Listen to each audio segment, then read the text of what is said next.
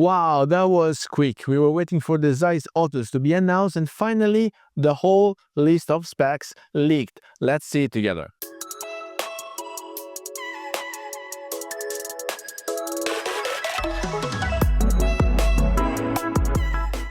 Hello everybody, welcome back to the channel. Thomas Love here from One Lens Only, and today it's a glorious day because we have some specs leaked officially for the Zeiss Otus mirrorless version. So we're not talking about the ones that they released a few years ago for DSLRs for Canon and Nikon F-mount. These ones will be available in Sony E-mount, Nikon Z and Canon RF.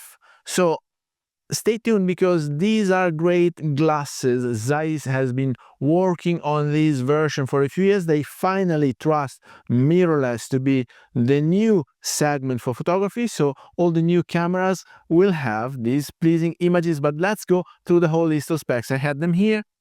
Let me double check because I don't want to forget anything. So yes, the first one would be the Zeiss Otus 50mm f1.4. Now, f1.4 manual glass, it's a distagon. If you know what I'm talking about, what each term means for Zeiss, distagon is a reverted telelens. So you can just Google it and see all the specs and why distagon is good. So this is a distagon 50mm f1.4, and then there will be also available the 85mm always f1.4.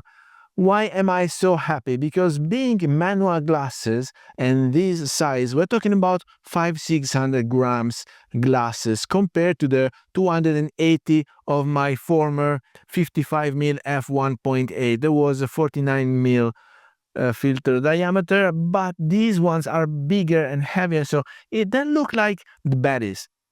I don't know if you ever had the chance of using a Baddies. I did. Baddies was autofocusing, not manual, but it was bigger and bulkier because the wider the glass, the more the light that enters it. And so with this kind of distagon design, they needed to have them a bit bigger, but they're not so big as the DSLR version. So it's a bit more compact, but not so compact. I think they will fit very well on any Sony camera, the 7R5 or these kind of cameras, but maybe for my one, which is a A7C Mark II, they will be a bit bigger. But let's see together. I will wait to have them in my hands. And then other details, we're talking about fully metal construction, great, optimized for mirrorless cameras. Lens with aspheric optical surface, and distagon with 14 lens elements, and made of special glass, and of course the Zeiss T-star coating to reduce ghosting and flare.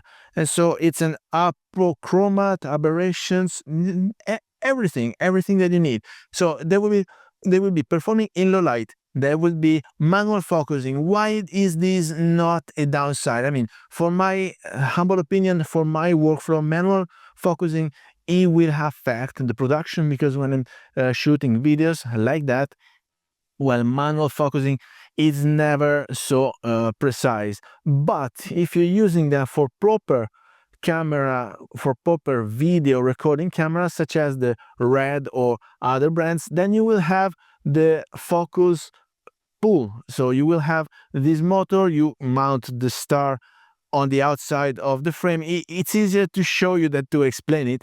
Basically, you have a star outside where you have the focusing, and another motor that will pull the focus in and out when needed. So when you have the cage mounted on your shoulders, you have like triggers here that can pull the focus closer or more distant. But that's a great thing because they also thought about video production. So video production, I don't know why the Sirui they made something like anamorphic and they gained shares, but if you can go with Zeiss, here we're talking about 2,500 pounds for the 50mm and 2,400, give or take, for the 85mm.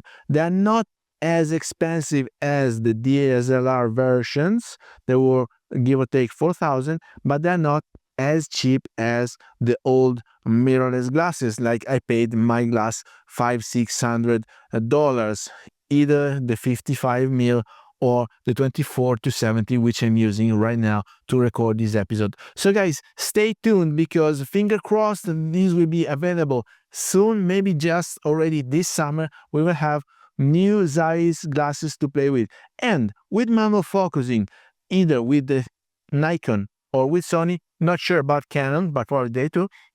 Having the EXIF exchange data in the rear part when you mount the glass will help you, because the moment you start manual focusing, you have the magnification to check and to confirm focus. So maybe we will not miss that much the autofocus, but for sure we will enjoy the Zeiss 3D pop and the quality of the glass and the coating and the image quality and the color science. So guys, please let me know down here in the comment if you were waiting for these glasses, if you are putting down the money already to reserve the very first ones to reach your store.